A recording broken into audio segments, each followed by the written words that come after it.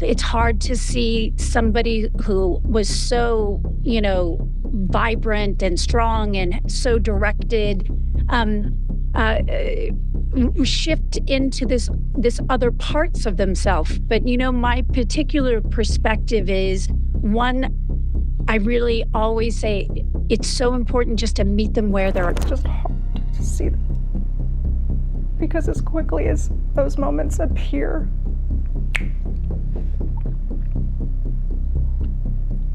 then it goes. It's hard. But I'm grateful. I'm grateful that my husband is still very much here. Don't have an expectation of them needing to be who they were or who you want them to be. And when you do that, I find that there is an incredible sweetness and something that's soft and tender and loving. 62, Demi Moore has finally confirmed what we all feared about Bruce Willis. Bruce is still very mobile. Bruce is in really great health overall. It's just his brain that is failing him. But the language is... Yeah, the language is going.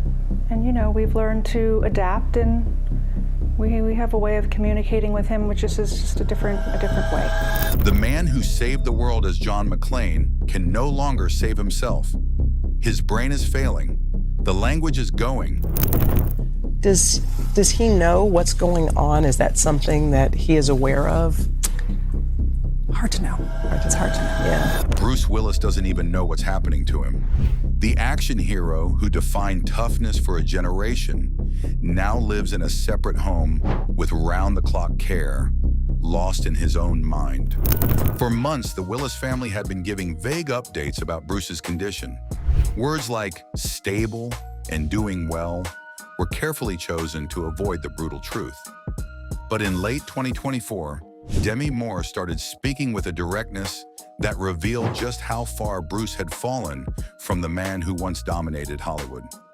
The word shift became Demi's diplomatic way of describing a complete personality collapse. Bruce Willis, the man who had been larger than life for decades, was becoming someone else entirely. The vibrant energy that made him a movie star was disappearing. The strength that carried him through action sequences was fading. The direction that built his career was gone. Demi's confirmation aligned with what Emma had been experiencing at home. The warm, affectionate Bruce Willis had become cold and removed. This wasn't just about forgetting words or missing appointments. This was about the fundamental personality traits that made Bruce who he was being, systematically erased by disease. The family had been protecting Bruce's dignity by downplaying the severity of his condition, but the truth was becoming impossible to hide. Emma's experiences at home painted a picture of a man withdrawing from the world around him. Bruce's natural warmth, the quality that made him beloved by co-workers and fans, was being stripped away by the disease. It's hard to see somebody who was so, vibrant and strong and so directed,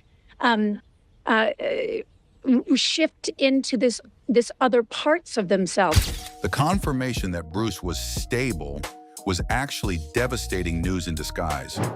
Stable in the context of frontotemporal dementia doesn't mean getting better. It means the deterioration has reached a plateau before the next inevitable decline. Bruce wasn't improving. He was simply maintaining his current level of incapacity while everyone waited for the next stage of loss. Demi's visits to Bruce became exercises in acceptance rather than connection. She had to abandon any hope of having the Bruce she once knew show up for conversations. Instead, she learned to appreciate whatever fragments remained. Some days there were glimpses of his old personality, a laugh that sounded familiar, a look in his eyes that suggested recognition. But these moments were becoming rarer. The most devastating part of Bruce's condition was the uncertainty surrounding his awareness. Every interaction with Bruce was shadowed by the question of how much he really understood. Did he recognize their faces? Did he remember their shared history? Did he feel confused by his inability to communicate? These questions haunted every visit, every conversation, every moment of shared silence. The confirmation of Bruce's mental state explained the carefully orchestrated nature of his recent public appearances. The brief glimpses of him with family members weren't spontaneous moments of connection. They were managed interactions during his better moments, captured quickly before the window closed. Felt a little removed, very cold, not like Bruce, who was very warm and affectionate. To going the complete opposite of that was alarming and scary. For Demi, watching Bruce's decline meant confronting the reality that the father of her children was disappearing while his body remained. The man who had helped raise Rumor, Scout, and Tallulah was becoming a stranger who happened to share their DNA. The husband she had once loved completely was evolving into someone she barely recognized, someone who might not recognize her in return. The weekly visits Demi maintained weren't acts of obligation. They were acts of witness. Someone needed to remember who Bruce Willis had been when he could no longer remember himself. Someone needed to hold space for the vibrant, directed, strong man who was slipping away piece by piece. Demi's confirmation of Bruce's mental state explained years of strange behavior that fans had dismissed as eccentricity. The wooden performances in his final films weren't just laziness or greed. They were early symptoms of a brain disease that was already stealing his ability to process complex emotions and deliver nuanced acting.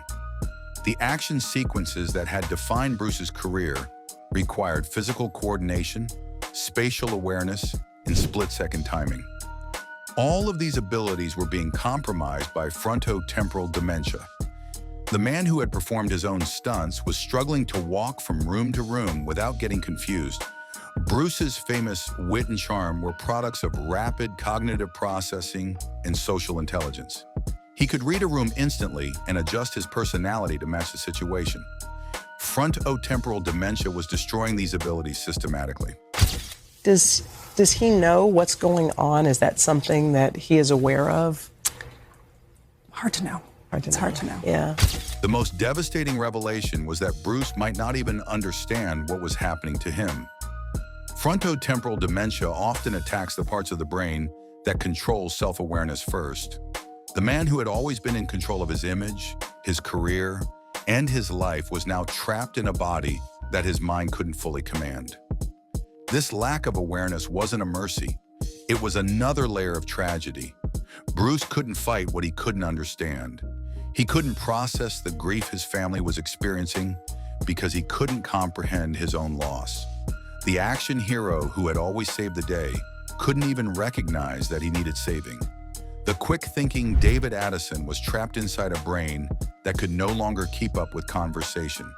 The man who had once commanded $20 million per movie was now unable to manage basic daily tasks. The father who had raised 5 daughters with patience and humor was struggling to recognize their faces consistently. The entertainer who had made millions laugh was losing his ability to understand when something was supposed to be funny. The decision that shocked Hollywood came quietly, without fanfare or official announcements. Bruce Willis had been moved to a separate home, away from his wife Emma and their 2 young daughters. The man who had built his career on being the hero who always came home was now living apart from his family, requiring round-the-clock professional care that his loved ones could no longer provide. Emma Hemming Willis had tried to manage Bruce's care herself for as long as possible. She hired assistants and nurses, modified their home for his safety, and restructured their entire family life around his declining abilities. But frontotemporal dementia had progressed to a point where amateur caregiving, no matter how devoted, was no longer sufficient. The decision to move Bruce to a specialized facility wasn't about giving up. It was about accepting the reality that love alone couldn't fight this disease. The separate home was a single-story building designed specifically for dementia patients. No stairs to confuse Bruce's spatial awareness, no sharp corners or dangerous appliances. Everything was soft, safe, and monitored. The man who had once performed death-defying stunts now needed protection from everyday household objects. Door handles were removed from rooms he shouldn't enter. Windows were secured so he couldn't wander outside alone. The environment that kept him safe also served as a daily reminder of how far he had fallen. For someone who was very talkative and very engaged, he was just a little more quiet, and when the family would get together, he would kind of just melt a little bit.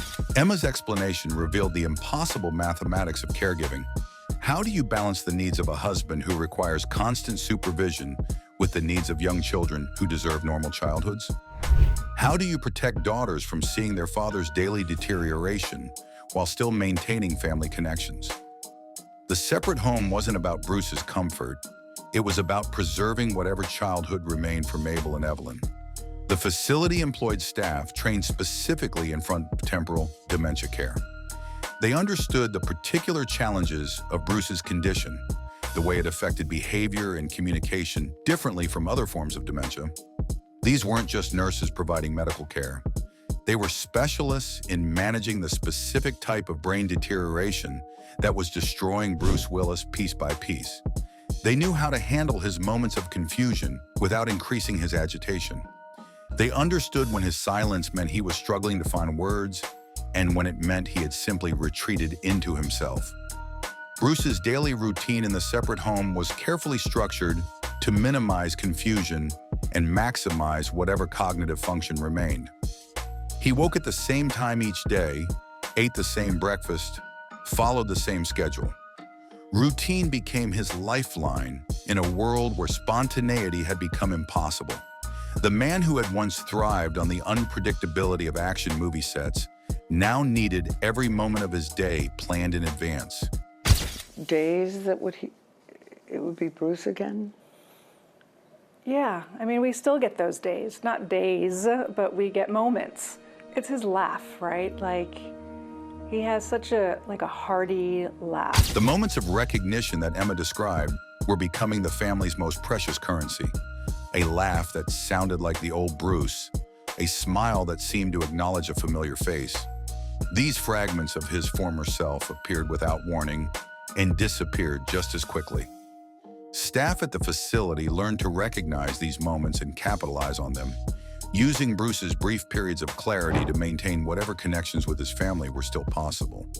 The physical separation from his family wasn't total. Emma visited regularly, bringing Mabel and Evelyn when Bruce was having better days. Demi Moore maintained her weekly visits, sometimes accompanied by their adult daughters. But these interactions had to be carefully managed. Too much stimulation could overwhelm Bruce's damaged brain. Too many people in the room could trigger confusion or agitation. The spontaneous family gatherings that had once defined the Willis household were now impossible. The cost of Bruce's care was astronomical, even by Hollywood standards.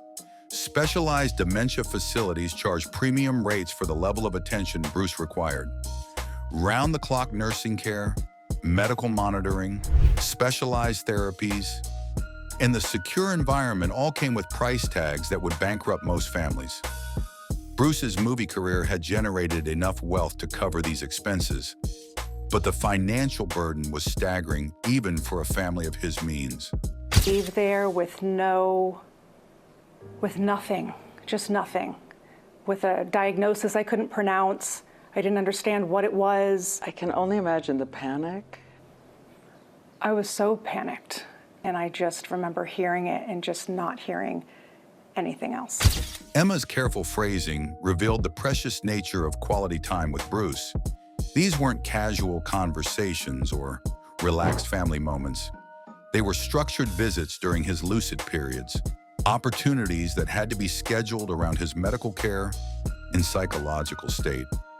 The man who had once been available to his family whenever they needed him now had visiting hours like a hospital patient. The separate home represented the final stage of Bruce's transformation from movie star to patient. The building that housed him was comfortable and well-appointed, but it was fundamentally a medical facility designed for people who could no longer live independently. Bruce Willis, who had commanded movie sets and dominated action sequences, now required assistance with basic daily activities. The hero, who had always been in control, was now dependent on others for his most fundamental needs. The fairy tale marriage between Bruce Willis and Emma Heming had been carefully crafted for public consumption. Photos of family vacations, anniversary celebrations, and happy moments with their daughters painted a picture of domestic bliss. But Emma's recent interviews revealed a darker truth. Their marriage had been crumbling long before Bruce's dementia diagnosis provided an explanation for his behavior. Emma had been living with a stranger for years without understanding why. The warm, attentive man she had married was slowly being replaced by someone cold and disconnected. Bruce would sit silently during family dinners, staring past his wife and daughters as if they weren't there. The man who had once planned elaborate surprises for Emma's birthdays forgot important dates entirely. The husband who had been physically affectionate became distant and uninterested in intimacy. For months, Emma blamed herself for the deterioration of their relationship. She wondered if she had somehow failed as a wife, if the age difference between them was finally creating problems, if Bruce was losing interest in their family life. She tried harder to engage him, planned special outings, and attempted to recreate the connection they had once shared. Nothing worked. Bruce continued to withdraw, becoming more like a roommate than a husband. Imagine a marriage that has been tight and beautiful, and suddenly the person that you're living with has no empathy or concern for you or your family. The loss of empathy was perhaps the most devastating change Emma experienced. Bruce had always been emotionally intelligent, able to read her moods and respond with appropriate support or comfort. But frontotemporal dementia was systematically destroying his ability to recognize or care about other people's emotional states. Emma could be crying in front of him, and Bruce would show no reaction. She could share exciting news about their daughters, and he would respond with blank indifference. Emma's admission that their marriage doesn't feel like a marriage anymore revealed the profound isolation she had been experiencing. She was living with someone who looked like her husband, but no longer functioned as a partner. Bruce couldn't offer emotional support during difficult times. He couldn't participate in important family decisions. He couldn't even engage in basic conversations about their daily lives. Emma was essentially a single mother raising 2 children while caring for a man who was disappearing before her eyes. The psychological toll on Emma was enormous. She was grieving the loss of her husband while he was still physically present. This type of ambiguous loss is particularly cruel because there's no clear endpoint, no funeral to mark the transition, no social recognition of what has been lost. Emma had to maintain the appearance of a functioning marriage while privately mourning the relationship that no longer existed. You know, what I'm learning is that dementia is hard. It's hard on the person diagnosed. It's also hard on the family. Emma's description of dementia as a family disease captured the reality that Bruce's condition was destroying multiple lives simultaneously. Mabel and Evelyn were watching their father disappear while trying to understand why he could no longer engage with them normally. Emma was losing her husband while being forced to become his primary caregiver. The entire family structure was being reorganized around Bruce's declining abilities. The decision to move Bruce to a separate facility wasn't just about his medical needs. It was about saving what remained of Emma's sanity and their daughter's childhood. Emma had been sleeping with one eye open, worried that Bruce might wander out of the house during the night. She had been isolating their family from social situations because Bruce's behavior had become unpredictable. She had been living in a constant state of hypervigilance, trying to anticipate and prevent problems before they occurred. Emma's admission that she had considered divorce before Bruce's diagnosis revealed how close their marriage had come to complete collapse. She had been living with someone who showed no interest in their relationship, no engagement with their children, and no awareness of the pain his behavior was causing. Without understanding that brain disease was driving these changes, Emma had interpreted Bruce's withdrawal as a personal rejection of their family life. Emma's attempt to find meaning in their tragedy revealed the impossible position she occupied. She was trying to honor the memory of the man Bruce had been while caring for the person he had become. The Bruce who had married her would indeed want his family to find joy, despite their circumstances. But the Bruce who existed now was incapable of expressing such wishes or even understanding the concept of family happiness. The financial and emotional resources required to maintain Bruce's care had consumed Emma's life entirely. She had given up her modeling career to become a full-time caregiver and advocate. She had transformed from Bruce's wife into his medical proxy, making decisions about treatments and living arrangements that he could no longer make for himself. The partnership they had built together had evolved into a one-sided relationship where Emma carried all the responsibility while Bruce contributed nothing but need. Emma's public advocacy for dementia awareness had become her way of finding purpose in their tragedy. If she couldn't save her marriage or restore her husband, she could at least help other families facing similar challenges. Her book about caregiving was born from the isolation and confusion she had experienced when Bruce's symptoms first appeared. She had received no roadmap for navigating this journey, no guidance for making impossible decisions, no support for the unique grief of losing someone who was still alive. For over 2 years, the Willis family orchestrated one of Hollywood's most elaborate cover-ups. They managed Bruce's public appearances with military precision, controlled every photo opportunity, and carefully scripted every statement about his condition. The man who had once been spontaneous and unpredictable was now managed like a fragile piece of expensive equipment, brought out only when conditions were perfect and quickly returned to safety when the performance was over. The family's first line of defense was the aphasia diagnosis announced in March 2022. Aphasia was a condition the public could understand and sympathize with. It suggested that Bruce was struggling with communication, but was otherwise mentally intact. The diagnosis bought them time and provided a medical explanation for his retirement from acting without revealing the full scope of his cognitive decline. But aphasia was only part of the story. The Willis family knew that Bruce's condition was far more serious than a language disorder. His personality was changing, his judgment was deteriorating, and his ability to function independently was disappearing. The frontotemporal dementia diagnosis that would be revealed a year later was already evident to anyone who spent time with Bruce.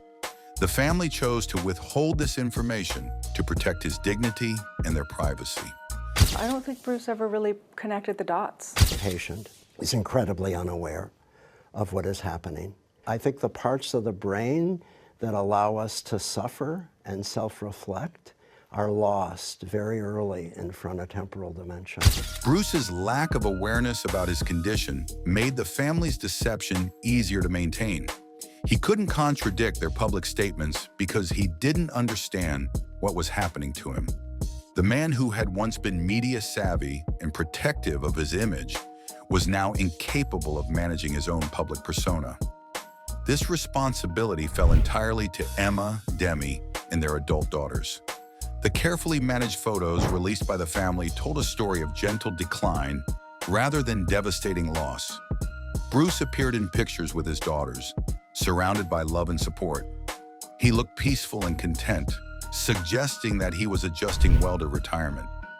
These images were selected from hundreds of photos, chosen specifically because they captured Bruce during his better moments, when his confusion was less apparent. What the public didn't see were the photos that couldn't be released. Bruce looking lost and confused during family gatherings. Bruce unable to recognize people he had known for years. Bruce sitting silently for hours, staring at nothing, disconnected from the world around him. These images would have revealed the true scope of his decline, but they remained private, protected by a family determined to preserve whatever dignity Bruce had left. Emma gave me a gift. I went to see Bruce without cameras, just to honor all those memories over all those years. I went with a producer he always loved, and as we walked up, he seemed happy, and as Emma said, walking, healthy. We sat on a sofa outside, and at one point, without words, he took my hand. The private visits from longtime friends and colleagues were carefully orchestrated to maximize Bruce's comfort while minimizing his confusion. Diane Sawyer's description of her visit revealed how much preparation went into these encounters. Bruce's good moments were richer and had to be captured quickly before they disappeared. The hand-holding gesture that Sawyer described might have been Bruce's only meaningful interaction during that entire visit. The family's strategy required constant vigilance and coordination. Every family member had to understand what could and couldn't be shared publicly. Grandchildren had to be coached about what to say if asked about their grandfather. Friends and colleagues were asked to respect the family's privacy and avoid sharing details about Bruce's condition. The entire Willis extended family became participants in an elaborate performance designed to protect Bruce's legacy. The cost of this deception extended far beyond logistics and coordination. Family members were forced to lie to reporters, friends, and even close relatives about Bruce's true condition. They had to smile and act normal during public appearances while privately dealing with the devastating reality of his decline. The emotional toll of maintaining this facade while simultaneously grieving Bruce's loss was enormous. Because as quickly as those moments appear,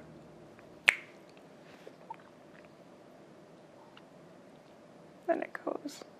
It's hard. But I'm grateful. I'm grateful that my husband is still very much here. Emma's description of Bruce's fleeting moments of clarity revealed how desperate the family had become for any sign of the man they remembered. These brief glimpses of his old personality were treasured like precious gems, photographed and remembered long after they disappeared. But they also made the family's grief more complicated, offering false hope that Bruce might be recovering when he was actually continuing to decline. The decision to finally reveal Bruce's frontotemporal dementia diagnosis in February 2023 marked the family's surrender in their battle to maintain privacy. They could no longer hide the severity of his condition or explain away his absence from public life. The aphasia cover story had run its course, and Bruce's deterioration had progressed to a point where deception was no longer possible. The public response to the dementia announcement was overwhelmingly supportive, suggesting that the family's fears about revelation might have been overblown. Fans expressed gratitude for Bruce's contributions to entertainment and offered support for his family's journey. The shame and stigma the family had been trying to avoid didn't materialize in the way they had expected. But by the time the family went public with the truth, Bruce was already too far gone to benefit from the outpouring of support. He couldn't read the messages from fans or understand the tributes from colleagues. The love and admiration being expressed publicly was reaching a man who could no longer comprehend its meaning or significance. Bruce Willis's last films weren't just bad movies. They were desperate attempts by a dying brain to perform tasks it could no longer handle. The wooden acting, confused expressions, and mechanical line delivery that critics dismissed as laziness were actually symptoms of frontotemporal dementia, destroying his ability to process emotion, memory, and social cues. Between 2020 and 2022, Bruce appeared in over a dozen low-budget action movies that went straight to video. These films were widely mocked by critics who assumed Bruce was simply cashing in on his fame with minimal effort. Movie reviewers described his performances as phoned in and lifeless, not understanding they were witnessing the real-time deterioration of a legendary actor's cognitive abilities. The production schedules for these final films revealed the truth about Bruce's condition. He was typically on set for only a few days, sometimes just hours, completing his scenes as quickly as possible. Directors had to work around his limitations, shooting his dialogue in short segments and using body doubles for wide shots. The man who had once commanded film sets with his presence was now a liability that productions had to carefully manage. He seemed to be losing words. A childhood stutter reappeared, and he was just less engaged in their lives. The return of Bruce's childhood stutter during these final film performances was particularly cruel. Acting had originally been his escape from speech problems, the one arena where he could speak fluently by hiding behind character voices and memorized dialogue. But frontotemporal dementia was stripping away even this refuge, forcing him back into the linguistic prison he thought he had escaped decades earlier. Directors and crew members on these final films later revealed the extraordinary measures taken to accommodate Bruce's declining abilities. Scripts were simplified, removing complex emotional scenes that he could no longer handle. Dialogue was shortened and repeated multiple times because Bruce struggled to remember lines he had just rehearsed. Scenes were shot out of sequence to capture his best moments when his energy and focus were highest. The most telling aspect of these performances was Bruce's facial expressions, or lack thereof. The man who had once conveyed complex emotions with subtle changes in expression now wore a blank, confused look in most scenes. His eyes, which had once twinkled with mischief as David Addison or burned with determination as John McClane, now appeared vacant and disconnected from the action around him. The constellation of symptoms, loss of drive, loss of empathy, addiction, compulsive behaviors, loss of executive control. These symptoms becoming progressive is very, very worrisome. The loss of drive that medical experts described was evident in every frame of Bruce's final performances. The passionate intensity that had defined his career was gone, replaced by mechanical line readings and listless movement through scenes. He was going through the motions of acting without any of the emotional investment that had made him a star. Co-stars on these final films described working with Bruce as surreal and heartbreaking. They found themselves acting opposite a legend who could no longer fully participate in the creative process. Bruce would deliver his lines correctly, but without any understanding of their meaning or context. He could hit his marks and perform basic blocking, but couldn't engage in the collaborative storytelling that defines good filmmaking. The decision to continue working despite his obvious difficulties was controversial, even within Bruce's inner circle. Some family members felt he should have retired earlier to preserve his dignity. Others argued that acting gave Bruce purpose and structure during his decline. The truth was that Bruce himself was incapable of making this decision. His damaged brain couldn't assess his own limitations or understand the impact of his deteriorating performances on his legacy. He's given a pamphlet and told there's nothing to be done, no cure, no hope. The no-hope prognosis that Emma received about Bruce's condition was evident in his final film performances. These weren't the work of an actor who might recover or improve. They were the last gasp of a once great performer whose abilities were being systematically destroyed by an incurable disease.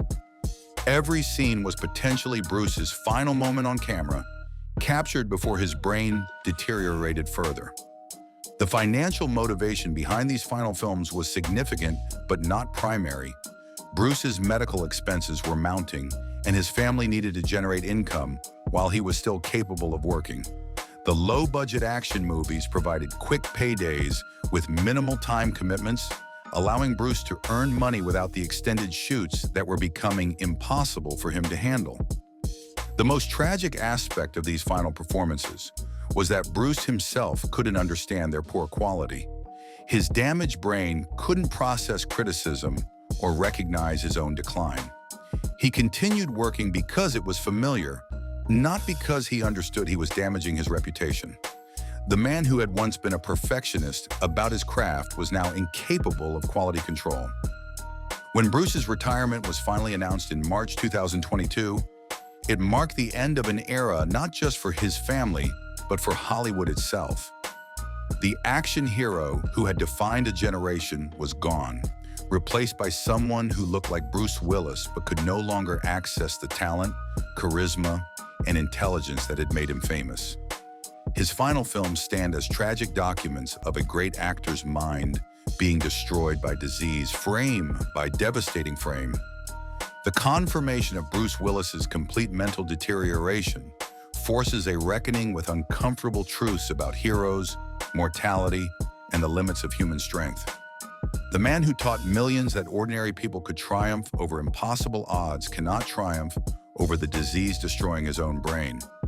Die Hard's John McClane was invincible. Bruce Willis is not. For fans who grew up watching Bruce Willis movies, his condition represents the death of childhood certainties about strength and survival. The actor who embodied resilience and determination is now helpless against an enemy he cannot fight, cannot understand, and cannot defeat.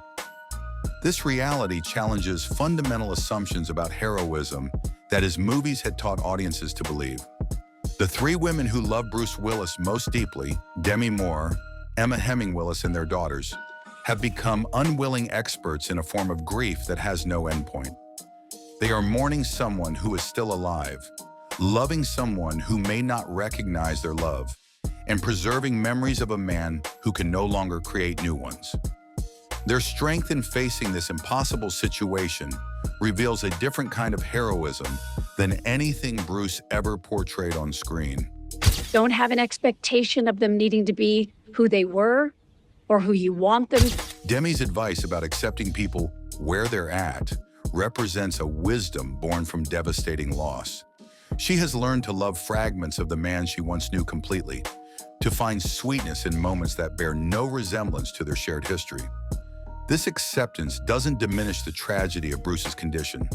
It transforms that tragedy into something that can be survived. The blended Willis family has become an unexpected model for how love can transcend the traditional boundaries of marriage and divorce. Demi's weekly visits to her ex-husband, Emma's advocacy for dementia awareness, and the daughter's continued devotion to their father demonstrate that family bonds can survive even the complete personality destruction caused by frontotemporal dementia. Bruce's condition has exposed the inadequacy of American healthcare and support systems for families facing dementia. Despite his wealth and resources, Bruce's family struggled to understand his diagnosis, access appropriate care, and navigate the impossible decisions his condition required. Families with fewer resources face these same challenges without any of the advantages that Bruce's success provided. I'd most like to ask him.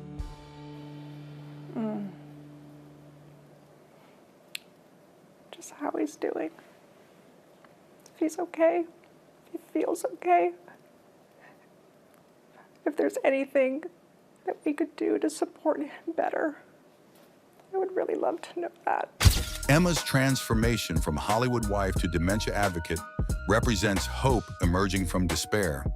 Her willingness to share private details about their family's struggle serves families who cannot access the same level of care that Bruce receives. She has turned their tragedy into a resource for others facing similar losses. The legacy of Bruce Willis now exists in two distinct phases: the vibrant performer who entertained millions, and the patient whose decline is teaching different lessons about human fragility and family strength. Both versions of Bruce Willis matter. Both contribute to understanding about life, loss, and the courage required to face unwinnable battles. For the entertainment industry, Bruce's condition serves as a reminder that the people who create movie magic are vulnerable human beings facing the same mortality as everyone else. The larger-than-life personas that actors create on screen can disappear in an instant, leaving behind ordinary people who need extraordinary care and compassion. Because as quickly as those moments appear,